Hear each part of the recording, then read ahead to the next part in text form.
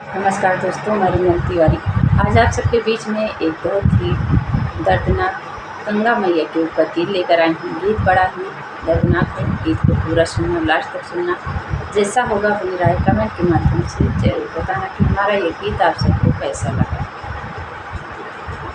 हे गंगा मैया कैसन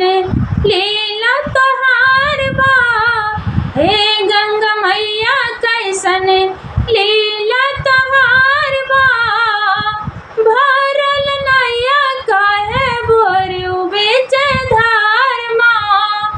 भरल नैया काहे बोरू बीच धार माँ, हे गंगा मैया कैसन लीला तोहार बा, भरल नैया काहे बोरू बीच धार माँ, भरल नैया काहे बोरू बीच धार माँ। तोहरा के पूछे सब काहे गंगा माई,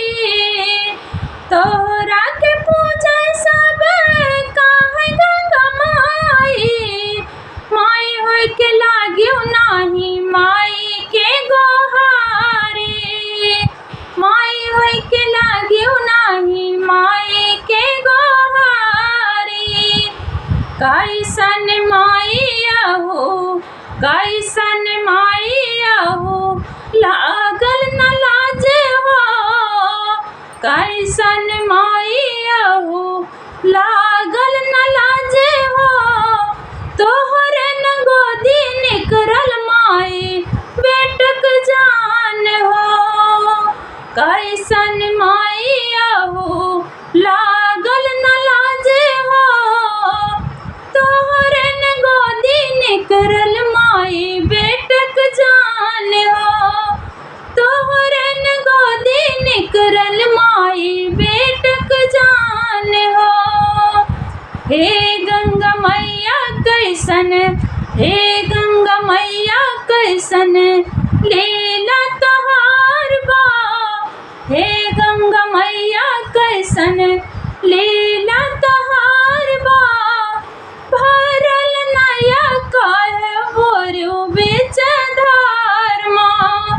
भरल नैया काहे बोरू बीच धार माँ। घरवा से निकलल पूरा परिवार हो, घरवा से निकलल पूरा परिवार हो, कुशल मंगल देखल सब जग संसार हो, घरवा से निकलल पूरा परिवार हो, कुशल मंगल देखल सब जग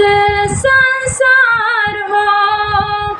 पल में चोर की हूँ, पल भर में चोर की हूँ, सब के हुक सपना, पल भर में चोर की हूँ, सब के हुक सपना, सोचियो नहीं माई जग सारा अपना, सोचियो नहीं माई जग सारा अपना, पल में तो चोर की हो सब के हुक सपना,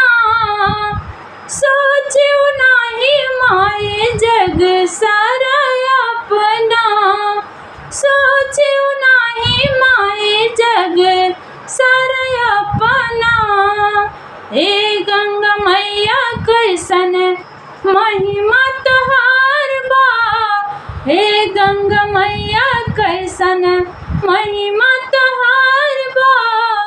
भरल नैया काहे बोरू बीच धार माँ, भरल नैया काहे बोरू बीच धार माँ। हे गंगा मैया कैसन महिमा तोहार बा,